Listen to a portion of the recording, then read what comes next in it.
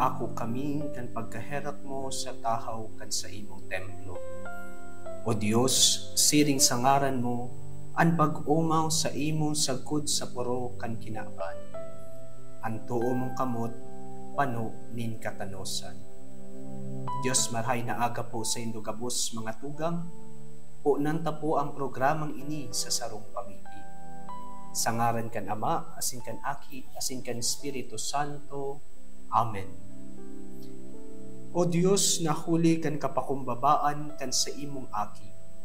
Binangon mo ang napadungkal na kinaban.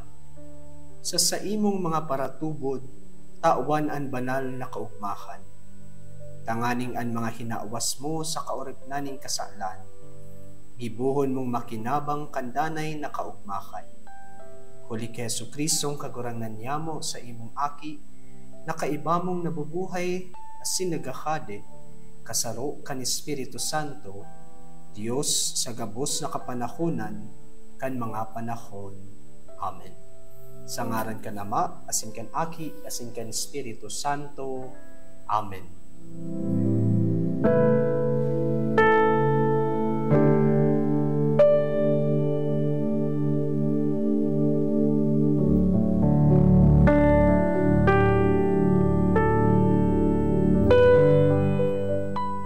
Munya na aldaw, Webes, Hulyo 10, 2025, iyuman ang Webes sa ikagag-apat na simana kan ordinaryong panahon. I'm Reverend John Luke Andes, asin ako po ang makakaibahan nyo ngunyan sa paghurup-hurup kan tataramon ning kagurangnan, ngunya na aldaw. Tanganing po nan ang satuyang mga aldaw, na Diyos bago ang gabos. Ngunyan hinanyugunta po ang mga tataramon.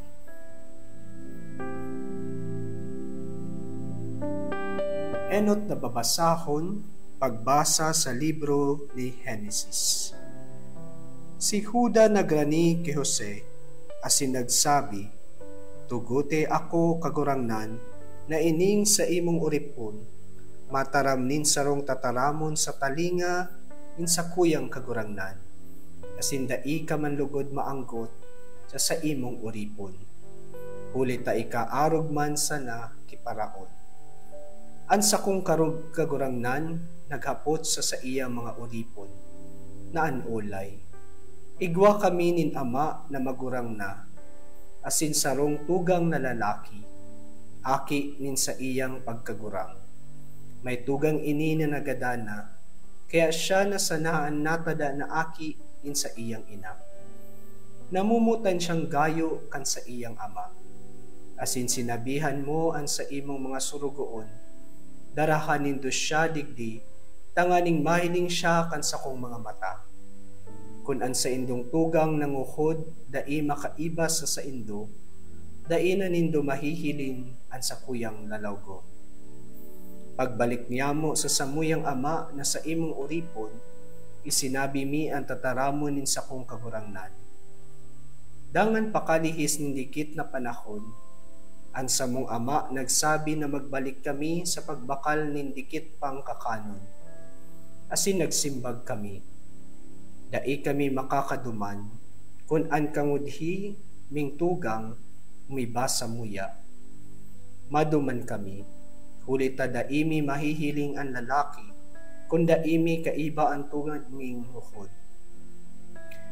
Dangan an sa imong uripon na samuyang ama nagsabi sa mo, aram nindo na duwa ang ipinangaki sa ko kan sa kuyang ago, asintaan saro na wara, kaya naghuna ako na rinunod siya din mga mabangis na hayop.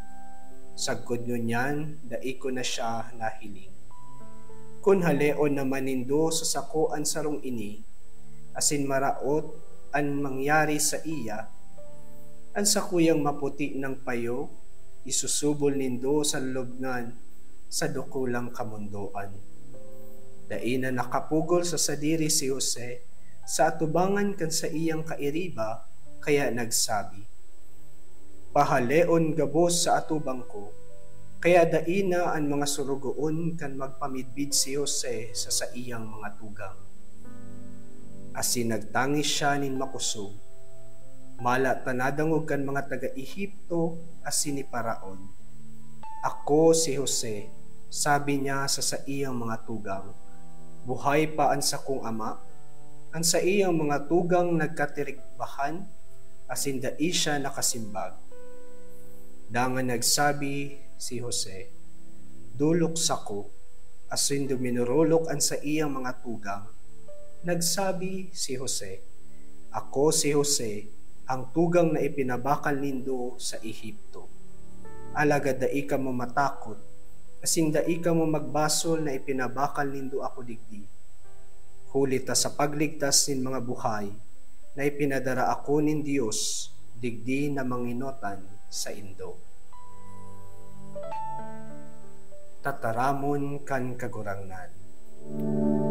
Mo responsoryo an sa tuyang simbag, girumduma ang mga nangangalasan na ginibonin kagurangnan.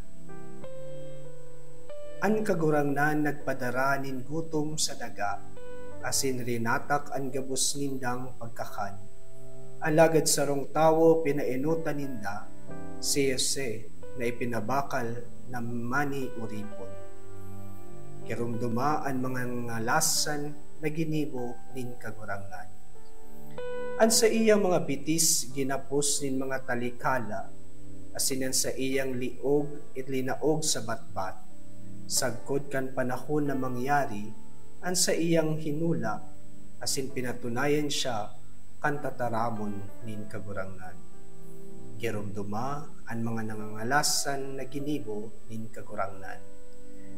Nagpatugon an hade asin binuhian siya. An hade nin mga banwaan, iyo ang nagpabutas sa iya. Ginibo siyang kagurangnan nin sa iyang harong, asin mamakala kan gabos niyang rugari. Girumduma ang mga ngalasan na ginibo nin kagurangnan.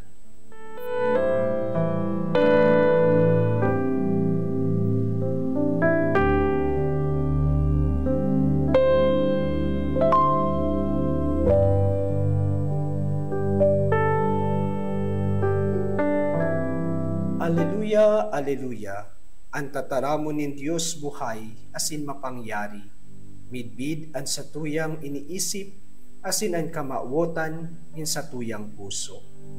Aleluya. Pagbasa kan Ebanghelyo na sinurat ni San Mateo. Si Jesus nagsabi sa mga disipulos, sa saindong paglakaw, irukyaw nindo na haranina ang kahadean nin Diyos. Bulunga nindo ang mga nagihelang, buhayan nindo ang mga gadan, linigan nindo ang mga dauton, paluwasan nindo ang mga demonyo. Inako sa indo na daing bayad, itauman na daing bayad, daing magbalo nin bulawan o plata, o kwarta sa saindong mga hagkos.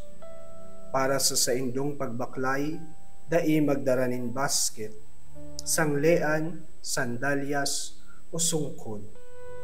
Kulitaan obrero, maninigong pakakanon. Paglaog nindo sa banwaan o baryo, maghapot kamo kung si isay duman, ang marahay na tawo, asin makiistar kamo sa iyang harong, sagkod na kamo maghali. Paglaog sa harong, magtaong galang kamo. Kung an harong maninigo, an sa indong katuninungan, magdadanay sa harong na iyan. Alagad kung dae, an sa indong katuninungan, mabalik sa indo.